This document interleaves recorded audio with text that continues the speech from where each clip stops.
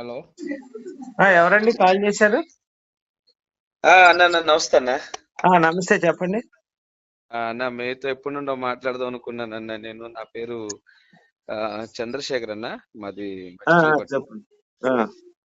మీ videos చూస్తూ ఉంటున్నాను అన్న నేను. ఉమ్, అయితే నాకు ఒక చిన్న డౌట్ అన్న. ఏం లేదు, ఉమ్. అంటే మాట్లాడొచ్చు అన్న 2 నిమిషాలు. చెప్పండి, త్వరగా చెప్పండి.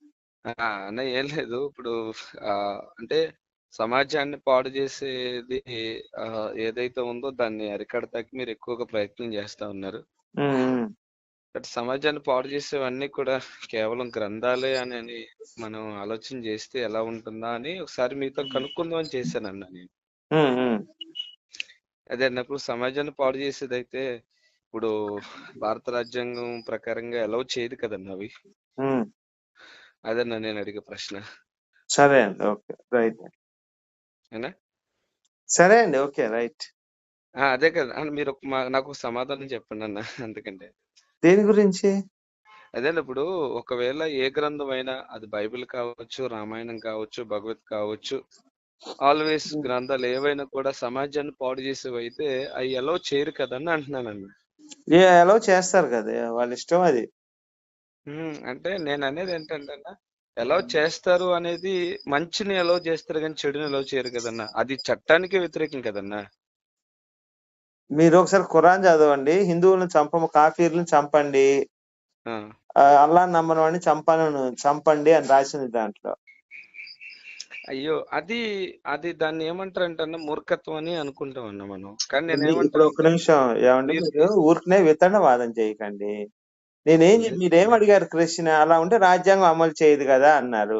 కానీ ఇక్కడ రాజ్యాంగం అమలు చేసింది కదా, దాన్ని ఆమోదించింది కదా. అంటే వాస్తవానికి అందులో చెడు ఉంది మంచి ఉందని మానవుడు తెలుసుకోవటానికి అది అమలు చేశారేమో అనుకున్నానన్న నేను. ఇప్పుడు కావచ్చు, ఏదైనా ప్రత్యేకంగా మీ ఇప్పుడు టార్గెట్ ఏంటంటే చెడే అన్న, కదండి, అది గోపి మంచి అన్న, కాదు కదా. మరి గోపి చెడు అన్న మీద ఒక కూడా మాట, రాజ్యాంగం దాన్ని ఆమోదించింది. గోపి అన్న ఒక మాట అన్న. ఉమ్. మీరు మీరు చేసేది, తర్వాత లలిత్ కుమార్ అన్న చేసేది, సుగుణాకర్ అన్న చేసేది ఏంటంటే ఇప్పుడు కేవలం బైబిల్ ని టార్గెట్ చేస్తున్నారు మీరు. ఆ, అదే బైబిల్ ని టార్గెట్ చేస్తున్నారు, ఎక్కువ క్రైస్తవులను టార్గెట్ చేస్తున్నారు. ఇప్పుడు వాళ్ళు వల్గరగా మాట్లాడుతున్నారు, మీరు బూతులు మాట్లాడుతున్నారు. ఉమ్. ఇప్పుడు మీరు నేర్చుకున్న ధర్మం మీ వల్ల పాడైపోతుంది, ఇటు క్రైస్తవ ధర్మం కూడా పాడైపోతుంది. కారణం ఏంటంటే మాట వల్లే కాదు కదన్న కాదు, ఒక్క ప్రతిదీ. నిమిషం. మీరు క్రైస్తవ ధర్మం కాదండి, క్రైస్తవ మతం, అది హిందూ ధర్మం. ఓకే అన్న, పోనీ అలాగే వద్దాం. మతం ఎందుకంటే అనే ఒక దాని గురించి నిమిషం మనం వినండి. అన్న ధర్మము చెప్పండి. అంటే మనం ఆచరించదగ్గది, మనం పాటించదగ్గది. ఉమ్, మనిషి ఎలా ఉండాలి, ఎలా బతకాలి అని చెప్పింది హిందూ ధర్మం. అంటే వాడు పుట్టినది చచ్చిందాక ఎలా ఉండాలి, వాళ్ళ ఉమ్, తల్లిదండ్రులు మొత్తం వివరాలన్నీ రాసింది ధర్మంలో. కానీ ఉమ్, క్రైస్తవ మతంలో ధర్మం అనేది లేదు. అందుకని దాన్ని ఉమ్. మతం అన్నారు, దీని ధర్మము మార్గము అన్నారు, హిందూ ధర్మాన్ని.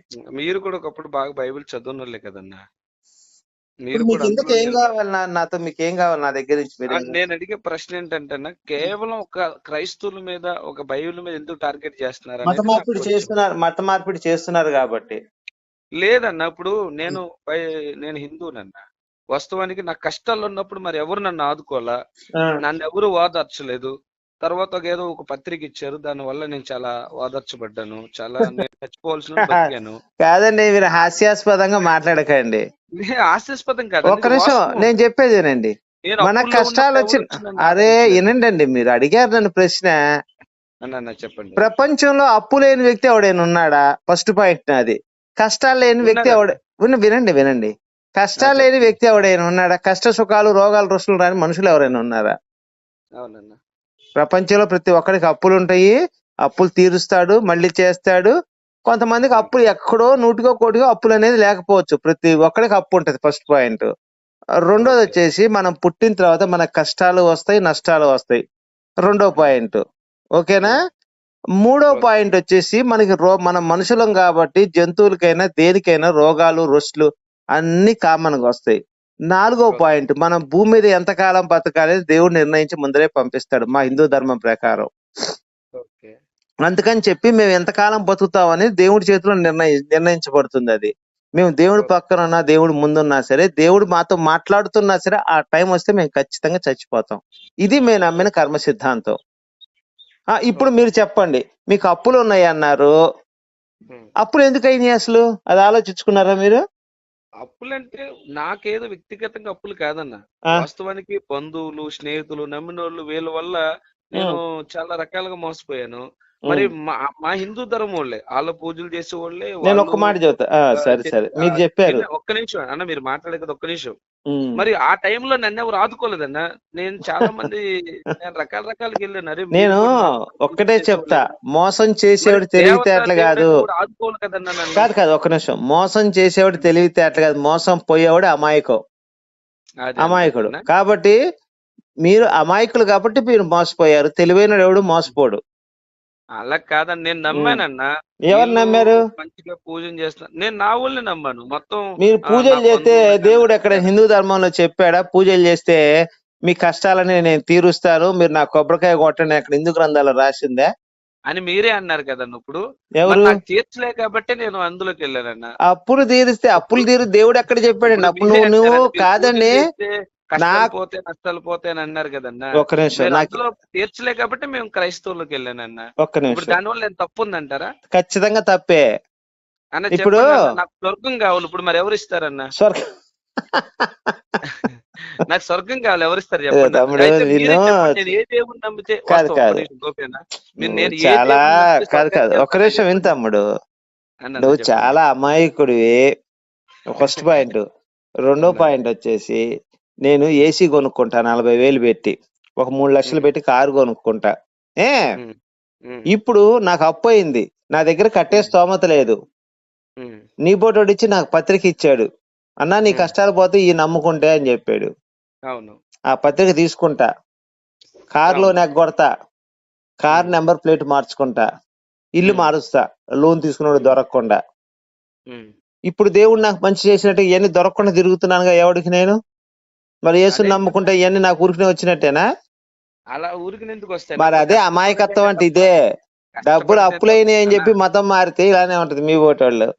గోపి అన్న, ఒక్క నిమిషం అన్న, నేను అప్పు అయిందని మాత్రం మాట్లాడన్నా. ఆ. వాస్తవానికి నాకు ఉన్నటువంటి సర్కిల్ నాకు ఎవరు సహకరించలేదు. వాస్తవం ఎవడు నేను ఒక ఎవడు సహకరిస్తాడు? జాబ్ అసలు తల్లిదండ్రులు ఈ రోజు పట్టించుకోవట్లేదు మన కష్టాలు వస్తుంటే. మనం ఉమ్. స్వయం అప్రకోదానం చేసుకొని వాళ్ళు రక్షించలేదు, వీళ్ళు రక్షించి ఎవడు రక్షిస్తాడు మనకి? అదే నేను ఒకటే ఆ. అంటానన్న గోపి ఉమ్, అన్న, మీరు ఆర్గ్యుమెంట్ చేయండి, తప్పు లేదు. కానీ ఉమ్. బూతులు తిడుతున్నారు. ఇప్పుడు ఇప్పుడు యేసు మిమ్మల్ని ఏమైనా ప్రభుని. తిట్టానా? నన్ను కాదన్నా, ఆ. నన్ను తిట్టండి, పడతాను. మిమ్మల్ని దేవుడే అన్నాడు. ఇప్పుడు యేసు ప్రభు వచ్చారే, నువ్వు దొంగవే, నువ్వు మంచోడు కాదని మిమ్మల్ని నేను ఏ రోజైనా తిట్టాడన్నా? అవును, మీరు మమ్మల్ని తిడితే మీ దేవుణ్ణి కూడా తిడతాను అయ్యో నేను, నా అన్న, ఒక్క సిద్ధాంతం అది. నిమిషం అన్న.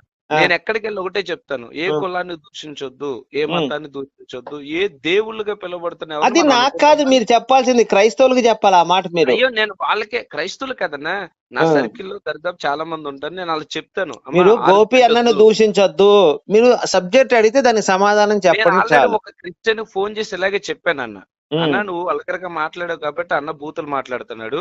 ఉమ్, ముందు నువ్వు లంజా కొడక అన్నాడు, తర్వాత ఆయన నీ పేరు ఇలా లంజా కొడక అయ్యని అన్నారన్న. ఉమ్, ముందు నువ్వు మాట్లాడుకుంటుంటే ఆయన మాట్లాడు కదా.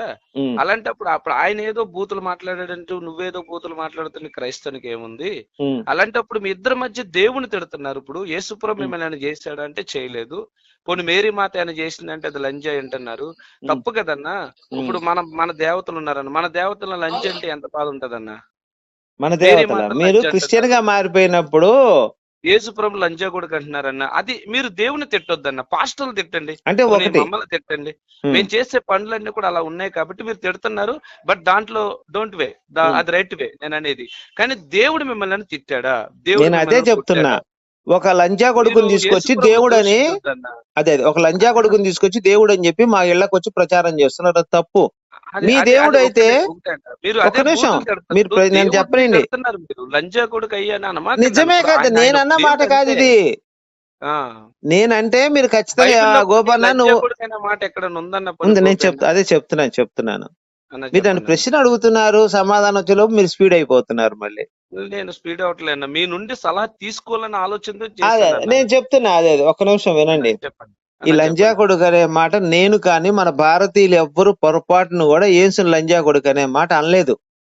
ఆ అక్కడ పుట్టిన ఇజ్రాయెల్ దేశంలో పుట్టిన ప్రజలు టాల్ముడు గ్రంథంలో మేరీ వ్యభిచారిని, ఉమ్. మేరీ వ్యభిచారం వల్ల యేసు పుట్టాడని చెప్పి టాల్ముడు గ్రంథంలో యూదులే రాసుకున్నారు. అవునన్న, తాల్ముడు ఒక అది సరే, మీరు మాట్లాడండి, నేను నేను మాట్లాడతానా? చెప్తాను అదే. ఆ యూదులు రాసుకున్న పుస్తకంలోనే యేసు లంజా కొడుకు అని ఉంది. అంటే వ్యభిచార పుత్రుడు అని ఉంది. వ్యభిచార పుత్రుడు ఏమంటారు తెలుగులో? లంజా కొడుకు అనే అంటారు మన భాషలో. కాకపోతే వ్యభిచార పుత్రుడు అనేది కొంచెం స్మూత్ లాంగ్వేజ్, లంజా కొడుకు అనేది కొంచెం హార్డ్ లాంగ్వేజ్. కాబట్టి నేను హార్డ్ లాంగ్వేజ్ యూజ్ చేస్తాను నేను. నేను అన్న మాట కాదు, మీరు వెళ్ళి చెక్ చేసుకోండి. ఇజ్రాయెల్ దేశంలో ఈ రోజు సువార్త చెప్తే కూడా కేసులు పెడుతున్నారు అక్కడ. ఇజ్రాయెల్ దేశంలో 2 సంవత్సరాలు జైలు శిక్ష లేదా జరిమానా కూడా ఏదో విధిస్తున్నారు. వాళ్ళ పుట్టిన దేశంలో వాళ్ళనైనా యేసు నమ్మించలేకపోయాడు. అక్కడున్న మొత్తం 90 లక్షల మందో 80 లక్షల మంది జనాభా ఉన్నారు. దాంట్లో కనీసం ఒక 10,000 మంది కూడా యేసుని నమ్మట్లేదు అక్కడ జెరూసలేంలో. మరి ఎందుకని? యేసు అంత గొప్ప దేవుడు, మహానుభావుడు అయితే మరి వాళ్ళ దేశంలో ప్రజలు ఎందుకు నమ్మించలేకపోయాడు? ఈ రోజు కూడా నమ్మించలేకపోయాడు ఆయన. ఇప్పుడు అన్న నేను మాట్లాడొచ్చా? చెప్పు. ఇప్పుడు గోపి అన్న నా ఇంట్లో కూడా అన్న అనుకోండి, ఇప్పుడు నా అన్నయ్య, మీ ఇద్దరు అన్నదమ్ములు అన్న, మన ఇద్దరు అనుకుందాం కాసి. ఇప్పుడు సొంత ఇంటి వాడికి సొంత ఇంటి వాడు ఎవరు గౌరవం అన్న? ఇప్పుడు గోపి అన్న నా అన్నయ్య, బయట గోపి అన్న సూపర్, శేఖర్ అన్న సూపర్ అంటారు. నా ఇంట్లో సూపర్ కాదు. అట్లాగే తన పుట్టిన దేశంలో ఎవడైనా సూపర్ కాదన్న. ఇప్పుడు యేసుప్రభు అక్కడ పుట్టాడు కాబట్టి వాళ్ళని కొంచెం నానా రకాలుగా మాట్లాడుతున్నారు. అదే ఇప్పుడు ఆయన పుట్టింది ఆసియా దేశంలోనే, యెరూషలేం కూడా ఆసియా దేశంలోనే ఉంది. ఆయన పుట్టింది భారతదేశంలోనే, ఎక్కడెక్కడ పుట్టలేదు కదన్నా.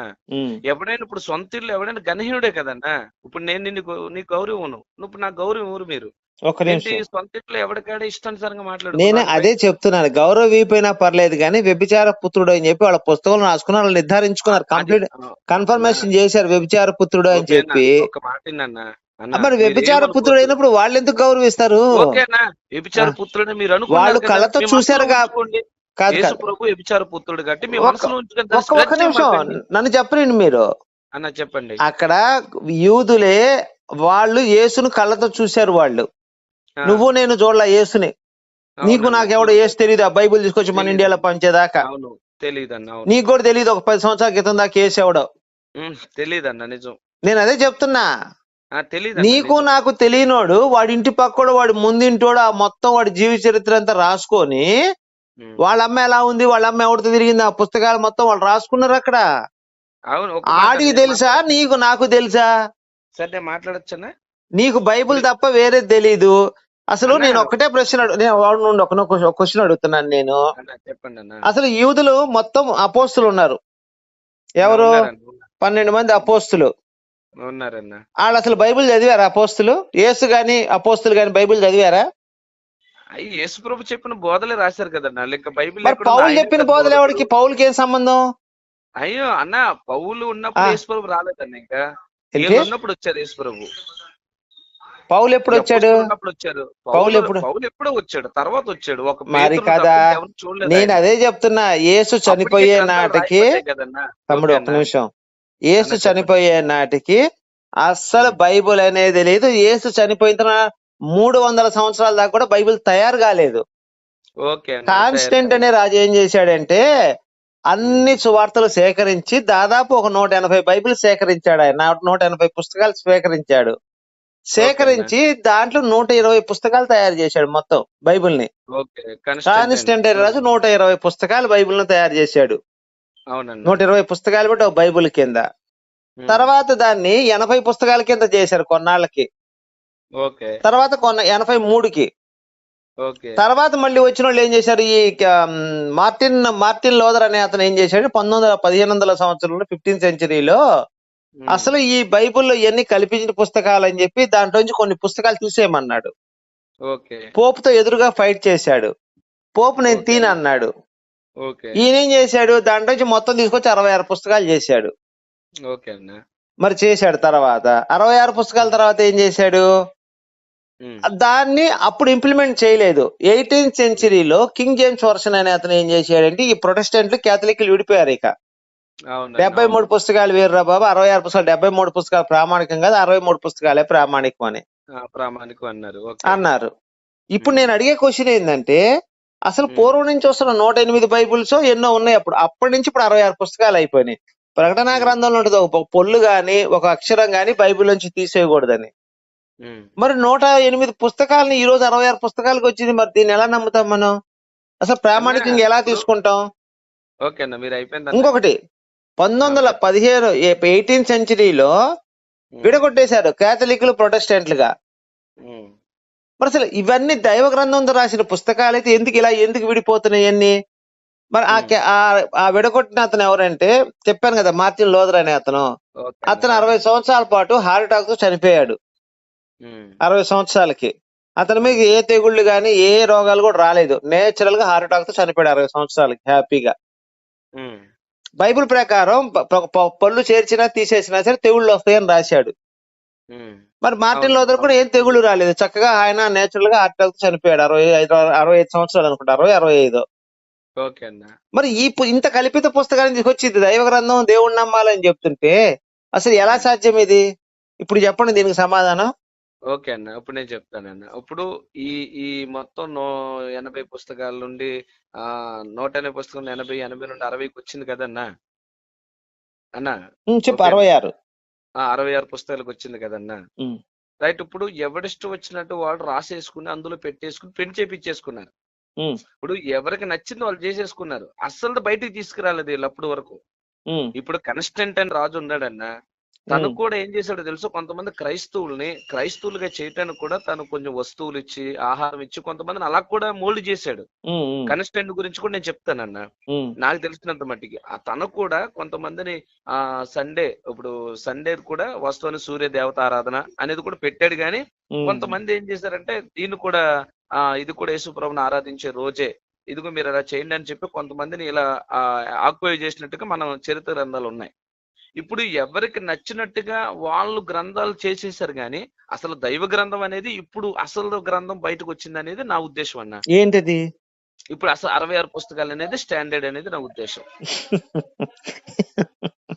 సర్లే తమ్ముడు, సర్లే, ఓకేలే తమ్ముడు, నేను కొంచెం బిజీ ఉన్నా, తర్వాత మాట్లాడదాం. ఇంకో ప్రశ్న అడగాలన్న, మీరు పెట్టేస్తే ఎలాగన్నా? కాదు అని ఇంకో ప్రశ్న. ఇప్పుడు నువ్వు చాలా అమాయకుడివి. నేను అమాయకుని కాదన్న, మీరు కాదు. చాలా బాగుంది. 66 పుస్తకాలు ప్రామాణికం అన్నావు, దానికి రీజన్ చెప్పలేదు. కరెక్ట్, ఇది రీజన్ అని చెప్పి నువ్వు స్టేట్మెంట్ ఇచ్చినప్పుడు ఇదిగో ఈ ఆధారాలు ఉన్నాయని ఈ ఆధారాలు ఉన్నాయా అని చెప్పాలి. నువ్వు చెప్పకుండా ఉత్తగా 66 ప్రామాణికం అంటే అది ఎలా సాధ్యం? యూదులు కూడా అన్న, ఒక యూదుడు వచ్చాడన్న మొన్న ఇక్కడికి, వెస్ట్ గోదావరి వచ్చాడు ఒక ఆయన. యూదుడు వచ్చి వాక్యం చెప్తున్నాడు ఆయన యేసుప్రభు దేవుడని. కొంతమంది యూదులు వ్యతిరేకిస్తున్నారు, కొంతమంది యూదులు నమ్మారు. నేను అడిగింది అది కాదు ప్రశ్న, మళ్ళీ టాపిక్ డైవర్ట్ అయిపోతుంది. లేదన్న, లేదు 66 పుస్తకాలు ప్రామాణికం అని నువ్వు ఎలా చెప్తావంటున్నాను. అదే అన్న, ఇప్పుడు 66 పుస్తకాలు, ఇప్పుడు 86 పుస్తకాలు ఉన్నాయని మీరు ఎలా? ఫస్ట్ కాన్స్టెంట్ అనే రాజు 103 108 పుస్తకాలు రాశాడు, చూసుకోండి మీరు, గూగుల్లో ఉంటది. రాసింది అనేది వాస్తవం కాదన్న. ఇంకో విషయం మీ చరిత్ర చెప్తానన్న. అన్న ఒక్క నిమిషం, 108 పుస్తకాలు కాదన్న, అప్పటికి 108 పుస్తకాలు లేవన్నా, దాని ఊహ ప్రకారంగా రాశారన్న. అప్పటికి క్యాథలిక్ లో 87 పుస్తకాలు ఉన్నాయన్న. క్యాథలిక్ 87 పుస్తకాలు ఉంటే చిరాకు గ్రంథం అని ఆ గ్రంథం. అసలు క్యాథలిక్లు కాదు, అప్పుడు నుంచి ఒకటే క్యాథలిక్లు. ఇప్పుడు క్యాథలిక్లు ప్రొటెస్టెంట్లు అయ్యారు కానీ పూర్వం ఒకటే ఉంది సంఘం. అవునన్న, ఒకటే ఉంది. నేను అదే ఉన్నాను, దాన్ని ఆర్సిఎం రోమన్ క్యాథలిక్ గా చేసేసిన తర్వాత ప్రొటెస్టెంట్లు అనేది విడిపోయారు. ఈ మార్టిన్ లూథర్ వచ్చిన తర్వాత వీళ్ళందరూ వచ్చిన తర్వాత. నేను అడుగుతుంది అది కాదు. సరే, ఈ 77 66 73 66 పుస్తకాలు అనుకుందాం. ఈ 66 పుస్తకాలు ప్రామాణికం అంటానికి ఏంటి ఆధారం? ఒకటే అన్న, దేవుడు ఉన్నాడు అని నమ్మటమే ఆధారం అన్న. ఇప్పుడు రేపు పొద్దున ఇంకొకటి వస్తాడు, 2 పుస్తకాలు తీసేస్తాడు, ఒక 64 అంటాడు. యాక్చువల్ గా మార్టిన్, ఇంకొక విషయం తమ్ముడు, మార్టిన్ లూథర్ అనే అతను యోహాను సువార్త, చిన్నది యోహాను 1వ యోహాను 2వ యోహాను ఉంది, చూసావా? ఉన్నాయన్న పత్రిక. ఆ రెండింటిని కూడా తీసేయమన్నాడు మార్టిన్. అప్పుడు దానికి ఈ పోప్ వ్యతిరేకించి తీయడానికి వేయలేదని చెప్పి అన్నాడు. తర్వాత మళ్ళీ ఈయన వచ్చిన ఆయన కూడా ఆ రెండింటిని తీయలేదు. ఎవరు? Martin Luther. అవునన్నా, అవును. నేనైతే ఇంకా రేపు పొద్దున బుద్ధిపుడి 2 పుస్తకాలు తీసేస్తే అప్పుడు నువ్వేమంటావు? 10 సంవత్సరాల తర్వాత అన్న 64 పుస్తకాలే 64 పుస్తకాలే ప్రామాణికం అన్నా, 66 పుస్తకాలు ప్రామాణికం, ఆ 2 పుస్తకాలు ప్రామాణికం కాదన్నా అంటావు. అంతే, అదే నేను చెప్తుంది. ఎక్కడికెక్కడ మనిషి యొక్క స్వభావం, తమ్ముడు ఒక నిమిషం, మనిషి యొక్క స్వభావం ఏంటంటే ఎక్కడికి సర్దుకుపోయే అలవాటు అన్నమాట. సర్దుకుపోయే అలవాటు కాదన్నా. ఇప్పుడు మెంటల్ గా ప్రవర్తించేవాడు ఏమంటాడంటే, మీరు కదన్నా, మీరు జ్ఞానంగా మాట్లాడుతున్నారు. కొంతమంది మెంటల్ గా ప్రవర్తించేవాళ్ళు ఏమంటారంటే, క్రైస్తవ్యం మీద ఇక ఇన్ని పుస్తకాలు ఇలా తప్పుగా రాసేశారు, కయ్యనుకు భార్య ఎక్కడ వచ్చింది, ఇవన్నీ వేరే వేరే ఆప్షన్స్ అన్నా. ఈ 66 పుస్తకాలు ప్రామాణికం కాబట్టి భారత రాజ్యాంగం యాక్సెప్ట్ చేసి భారతదేశాన్ని పంపించిందని నేను నేను అంటానన్నా. అదే చెబుతున్నా ఇంతకు ముందు. ఈ ఖురాన్లో క్లియర్ గా రాసి ఉంది, అల్లాహ్ నమ్మని ఖురాన్ వాడిని చదవడం కత్తితో కాదు. నరికి చంపమని రాసి ఉంది. ఆ, మరి దానికి ఏం చెప్దాము? నేను అయ్యో అల్లాహ్ ఇప్పుడు నమ్మను, మరి ఒకటన్నా, నన్ను చంపేమనే? ఎవరి సిద్ధాంతం వాళ్ళదన్న. ఇప్పుడు మిమ్మల్ని చంపాలని కాదన్న, నరహత్య కాదు చేయకూడదు తమ్ముడు, మరి బైబిల్లో రాసి ఉంది ఉంది. అక్కడ. అది ఖురాన్ లో ఉందన్న. ఇప్పుడు ఖురాన్ అడగండి, ఆ. ఖురాన్ మనకు సంబంధం లేదు కదా. మరి నేను నువ్వేమో అడిగేది అదే బైబిల్. తమ్ముడు, 2 మాటలు మాట్లాడుకు. నువ్వు దైవ ఉమ్, గ్రంథంలో తప్పుంటే గవర్నమెంట్ ఎలా యాక్సెప్ట్ చేస్తుంది అన్నావు. అవును దానికి నేను చూపించినప్పుడు మళ్ళీ ఏమంటున్నావు? నువ్వు ఖురాన్ అడుగన్నా అంటున్నావు. 2 మాటలు నువ్వే అవునండి. మాట్లాడుతున్నావు. ఇప్పుడు నేను చదివింది బైబిల్ అన్న. నేను ఖురాన్ చదవలేదు కాబట్టి ఖురాన్ విషయం నాకు తెలియదు. మరి అయితే ఆ ముందర ఓకే అన్న, నువ్వు నేను ఆ మాట ఫైనల్ గా స్టేట్మెంట్ ముందరే ఇవ్వాలి తమ్ముడు. అన్న నాకేమి ఓకే, తెలియదు అన్న ఈ అని ఈ చెప్పాలి. విషయంలో నన్ను క్షమించండి అన్న. ఈ ఆ, విషయంలో ఐఎమ్ వెరీ సారీ. నేను ఉమ్, చదివింది బైబిల్ చదువుతున్నాను కాబట్టి ఉమ్, నేను అడిగింది బైబిల్ గురించి అడిగానన్న. బట్ ఉమ్. గోపి అన్న మీకు రిక్వెస్ట్ ఒక్కటి చేస్తున్నానన్న నా నుండి. సరే, నేను ఒక ఒకటే ప్రశ్న అడుగుతాను, దానికి సమాధానం చెప్తే నీ రిక్వెస్ట్ నేను యాక్సెప్ట్ చేస్తాను. మరి అన్న, చెప్పండి అన్న. నేను ఆది కాండంలో ఒక చిన్న డౌట్ ఉంది, అన్న నువ్వు కనుక కరెక్ట్ గా చెప్తే అన్న నేను ఒకటి అన్న, నేను చెప్పగలిగితే చెప్తానన్నా, అదే నేను లేదనుకుంటే నేను నాకు అదే నేను తెలిసి నువ్వు నాకు తెలియకపోతే మీరే చెప్పాలన్నా. నాకు తెలియకనే నేను అడుగుతుంది. అది ఒకవేళ నాకు తెలియపోయింది అనుకో, నేను ఇంకెవరినన్నా అడిగి చెప్తానన్నా. అడిగి ఓకే, నాకు ఫోన్ తెలియకపోతే చెయ్యి. చెప్తాను. ఓకే అన్న, ఓకే నాకు చెప్పండి చిన్న అన్న. డౌటే, పెద్ద డౌట్ ఏం కాదు ఇది. నాకేందన్నా చదువుతుంటే అన్న అర్థం కాలేదు ఏంటో ఇలా ఉందని చెప్పేది. అన్న అన్న చెప్పండి అన్న. ఆ చెప్తున్నా, ఒక్క నిమిషం చూస్తున్నా, లైన్ అన్న లో ఉండు. పర్లేదు చెప్పండి. ఆ, మీరు చాలా అసలు మీరు మాట్లాడుతుంటే వినాలనిపిస్తుంది అన్న. అంత మంచి మంచి క్రిస్టియన్ లో ఉన్నారు మీరు ఇది అసలు ఇక్కడ అన్న. ఆది కాండము ఆ, 4వ అధ్యాయంలో ఒకటి ఉందన్నమాట. అన్న చెప్పండి. అందుకు 15, అందుకు యెహోవా అతనితో, కాబట్టి ఎవడైనా కయ్యనుని చంపిన ఎడల ఉమ్, వాటి ప్రతిదండగా 7 ఇంతలు కలుగజేసును. ఉమ్, మరి ఎవడైనా కయ్యను చంపక యుండుట అతని మీద ఒక గుర్తు వేసును అన్నాడు. ఉమ్. ఇప్పుడు మీరు ఒక బైబిల్ ఉందా మీ దగ్గర? లేదన్న, నేను బయట ఆఫీస్ లో అరే, ఉన్నా. చెప్పండి.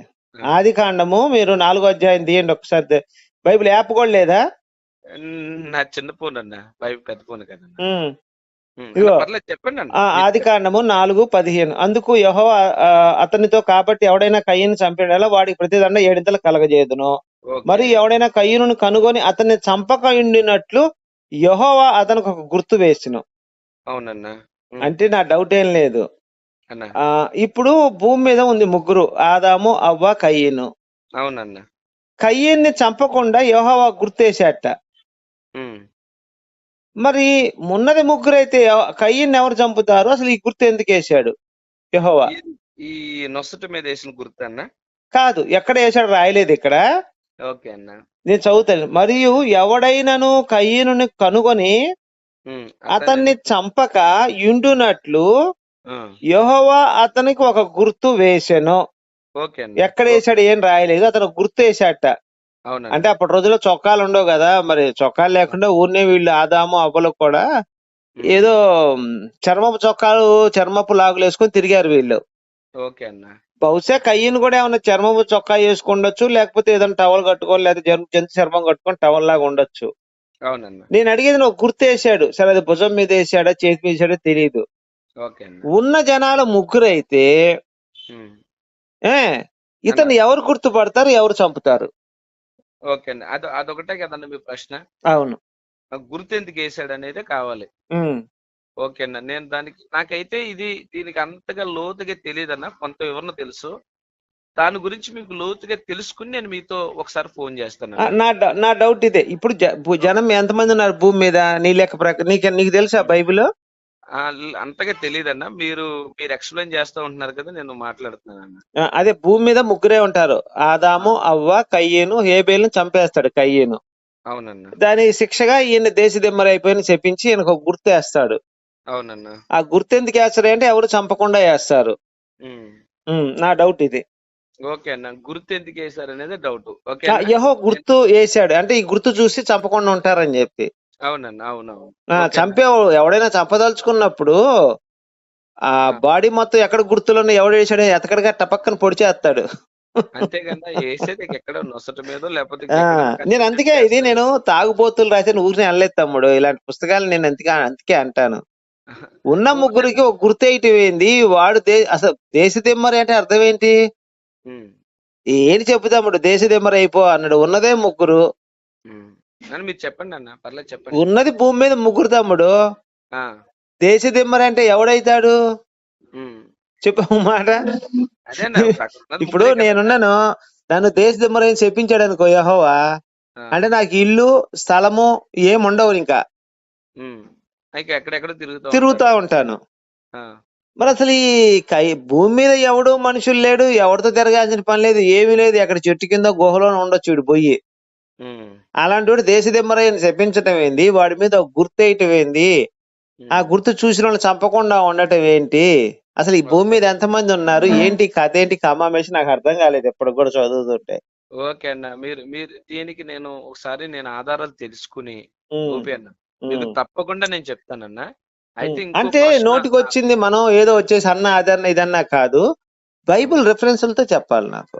మీకు రిఫరెన్స్ల ఆధారంగానే చెప్తాను. ఇప్పుడు ఉమ్. ఇప్పుడు మనకు మీరు చెప్పారు కన్స్టెంట్ గురించి, అది బైబిల్లో లేదు కదన్నా. అందుకే దాని మీద ఆర్గ్యుమెంట్ చేయలేదు కదా నేను. చరిత్ర ఆధారం కాబట్టి నేను కూడా కొంచెం చరిత్ర ఆధారం ఆ తీసుకుని చెప్తాను. అదే అదే, ఓకేనా? ఇదైతే బైబిల్లో దీనికి ఉంది మన కాబట్టి ఇది కాంప్రమైజ్ ఖచ్చితంగా మీరు దీన్ని కన్సిడర్ చేయాలి. ఇది నేను ఇప్పుడు ఖచ్చితంగా దీన్ని రీసెర్చ్ చేస్తానన్నా. ఉమ్, ఎందుకంటే నేను ఆలోచించాను కానీ నేను ఇంత లోతుగా ఆలోచించలేదు. ఉమ్. బట్ ఇప్పుడు మీరు చెప్పారు కాబట్టి నేను దీన్ని ఆలోచిస్తానన్నా. అయితే వన్ రిక్వెస్ట్ అన్నా, ఇంకొప్పుడు అడగొచ్చన్నా? నాకు దీనికి సమాధానం చెప్పి ఏదైనా రిక్వెస్ట్ చేయొచ్చు. ఓకే, నేను దీని సమాధానం నేను కొంచెం లోపలికి వెళ్ళి నేను అదే కొంచెం చరిత్ర మీరు లోపలికి తెలుసుకుని. వెళ్తారో లేకపోతే బయటికి వెళ్తారో నాకైతే సంబంధం లేదు, కానీ దీనికి సమాధానం చెప్పిన తర్వాత మీరు ఏది అడిగినా నేను సమాధానం చెప్తాను, మీ రిక్వెస్ట్ స్వీకరిస్తాను. ఓకే అన్న, అయితే ఇప్పుడు దీని గురించి మీరు చెప్పే అంటే వరకు నేను చెప్పేది ఏంటంటే, దీనికి సమాధానం వస్తే అప్పుడు నేను కూడా దీన్ని దైవ గ్రంథం అని నమ్ముతాను. నమ్మిన తర్వాత అప్పుడు మీరే చెప్పినా నేను వింటాను. అయ్యయ్యో, నేను నమ్మమంటలేదు, నేను ఫోర్స్ చేయట్లేదన్న మిమ్మల్ని. నేను ఫోర్స్ ఏదైనా ఎప్పుడు సరే, చేయను. రిక్వెస్ట్ అయినా సరే, నా ప్రశ్నకు సమాధానం దొరికితే నేను రిక్వెస్ట్ యాక్సెప్ట్ చేస్తాను. ఎవరైనా అంతే అలాగే కదా. ఓకే. ఓకే అన్న, మీరు తమ్ముడు రిక్వెస్ట్ ఏటీఎం యాక్సెప్ట్ మిషన్ లో డబ్బులు పెట్టకుండా తీసుకోమంటే తీసుకుంటదా? ఎందుకని తీసుకుంటదన్నా? తీసుకోదు కదా. అలానే గోపి అనే అతను కూడా నా ప్రశ్నకు సమాధానం వస్తే నీ రిక్వెస్ట్ యాక్సెప్ట్ చేస్తాను నేను. ఓకే అన్న, అయితే ఇప్పుడు నేను దీనికి చెప్పిన తర్వాత మీరు యాక్సెప్ట్ చేస్తారు అంతే కదా? ఖచ్చితంగా యాక్సెప్ట్ చేస్తాను. ఓకే అన్న, ఓకే ఓకే అన్న, నేను సరే దాని గురించి తెలుసుకుని మీకు ఖచ్చితంగా సరే కాల్ తమ్ముడు, చేస్తాను. Right right, okay. Okay, thank you అన్న, థ్యాంక్ యూ.